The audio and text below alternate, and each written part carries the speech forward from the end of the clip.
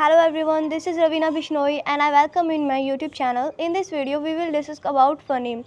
हमारे English pronunciation को improve करने के लिए हमें फ़नीम के बारे में जानना बहुत ज़रूरी है. Phoneme is an individual speech sound और we can also say that it is the smallest unit of sound. English alphabet में 26 लेटर्स होते हैं जो अलग अलग तरह की साउंड प्रोड्यूस करते हैं और ये 26 लेटर टोटल 44 साउंड प्रोड्यूस करते हैं. So in this way there are 44 phonemes in English language in which 20 are vowels and 24 are consonants.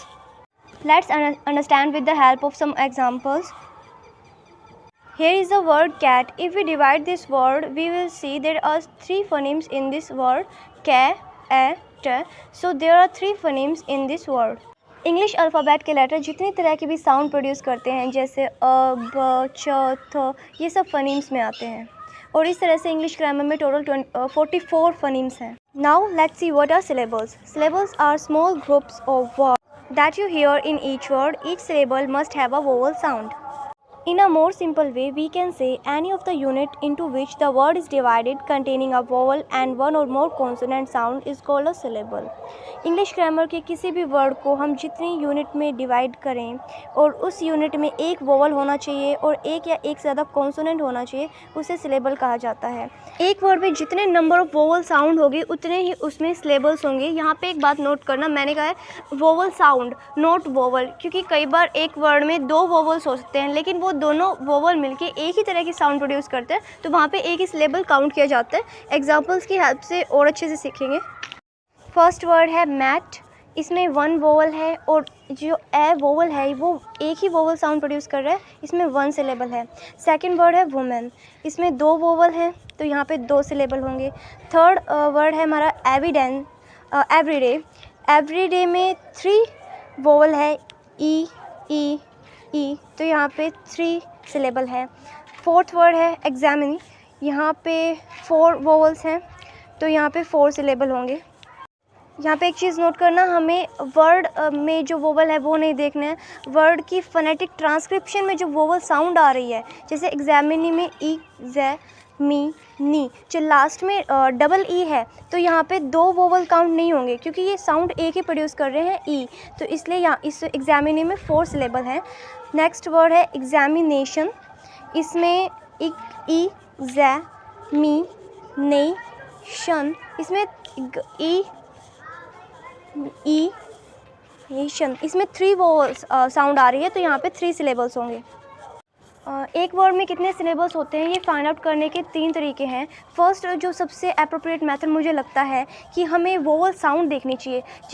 एक वर्ड में जितनी वोवल साउंड होंगी उतने ही सिलेबल्स उस वर्ड में होंगे. सेकंड ये है कि जब भी हम कोई वर्ड प्रोनाउंस करते हैं तो पफ ऑफ एयर हमारे अंदर से निकलती है, तो जितनी बार एयर हमारे अंदर से निकलेगी वो उतने वो सिलेबल्स होंगे. जैसे वूमेन, इसमें 2 बार हुआ है तो यहाँ पे 2 सिलेबल्स हैं. और आई होप आपको समझ आ गया होगा कि सिलेबल क्या होता है और उसमें कैसे पता लगाया जाता है कि कितने सिलेबल्स हैं. अब हम सिलेबल स्ट्रक्चर की बात करते हैं. सिलेबल्स को 2 पार्ट्स में डिवाइड किया जाता है, ऑनसेट, राइम, और फिर राइम को आगे न्यूक्लियस और कोडा में डिवाइड किया जाता है. ऑनसेट होता है 1 और मोर कॉन्सोनेंट और राइम जो होता है वो उसको डिवाइड करते हैं एक न्यूक्लियस, जिस वोवल को न्यूक्लियस कहा जाता है और कोडा कॉन्सेप्ट को कहा जाता है. एग्जाम्पल की हेल्प से सीखते हैं. जो वोवल होगा एक वर्ड में, जो वोवल साउंड होगी उस वोवल से पहले जो कॉन्सोनेंट आएगा उसे ऑनसेट कहा जाता है और वोवल के बाद जो कॉन्सोनेंट साउंड आती है उसे कोडा कहा जाता है और जो वोवल होगा उसे न्यूक्लियस कहा जाता है. यहाँ पे कुछ वर्ड्स हैं जिनकी मैंने फोनेटिक ट्रांसक्रिप्शन लिखी है. जैसे फर्स्ट वर्ड है बा. यहाँ पे आर साइलेंट है और इंडिया में जो फोनेटिक ट्रांसक्रिप्शन है वो ब्रिटिश यूज़ की जाती है. तो फर्स्ट यहाँ पे जो ब आ सिंपल है इतना, तो जो इसमें न्यूक्लियस क्या है आ है और ये जो वोवल है वही उसे न्यूक्लियस कहा जाता है. और उसके जो पहले जो कॉन्सोनेंट साउंड आई है वो बै की आई है तो बै कॉन्सोनेंट है. बी को उसकी फोनेटिक ट्रांसक्रिप्शन ब उसे, और यहाँ पे वोवल के बाद कोई और कॉन्सोनेंट साउंड नहीं आ रही है इसलिए कोडा कुछ नहीं है. सेकंड वर्ड है इट. तो ई जो हमारा है वो न्यूक्लियस है, वोवल है और ई से पहले कोई साउंड नहीं आ रही, कोई कॉन्सोनेंट साउंड नहीं आ रही तो यहाँ पे ऑनसेट नहीं है. और जो ट है वो हमारा कोडा है. नेक्स्ट वर्ड है मो. यहाँ पे म जो है वो ओ से पहले आया है मैं कॉन्सोनेंट है तो ये ऑनसेट है, ओ हमारा न्यूक्लियस है, और जो रे है वो साइलेंट है तो यहाँ पे कोडा कुछ भी नहीं है। नेक्स्ट वर्ड है स्टैंड। इसमें एस टी जो है वो दो कॉन्सोनेंट आए हैं वोवल ओ से पहले, और एन डी वो है कोडा है। नेक्स्ट प्लेट, यहाँ पे पी एल ये दोनों ऑनसेट है जो कॉन्सोनेंट है, और ए न्यूक्लियस है जो वोवल है, और डी कोडा है। बार फिर से बता दूं, ऑनसेट होता है जो वोवल से पहले जो कॉन्सोनेंट आता है उसे ऑनसेट कहा जाता है, और वोवल के बाद जो कॉन्सोनेंट आता है उसे कोडा कहा जाता है। I hope my dear friends आपको सिलेबल स्ट्रक्चर समझ आ गया होगा। अब हम सिलेबल डिवीज़न की बात करते हैं। फर्स्ट वर्ड है डेवलप। इसको जब हम प्रोनाउंस करते हैं तो 3 सिलेबल आते हैं, डेवलप। तो इसमें 3 सिलेबल हैं, इसलिए इसे ट्राइसिलेबिक कहा जाता है। इसके साइड में मैंने इसका सिलेबिक स्ट्रक्चर भी दिखाया गया है।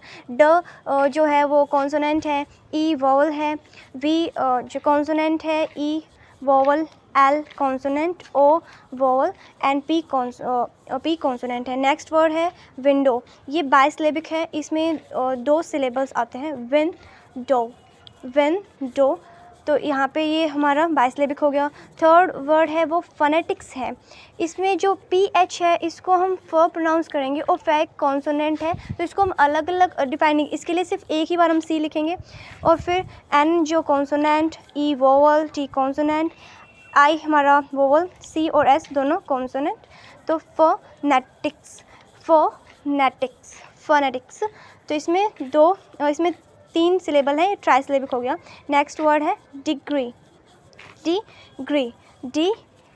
तो इसमें 2 सिलेबल आ रहे हैं, इसलिए इसे बाइसिलेबिक कहा जाता है।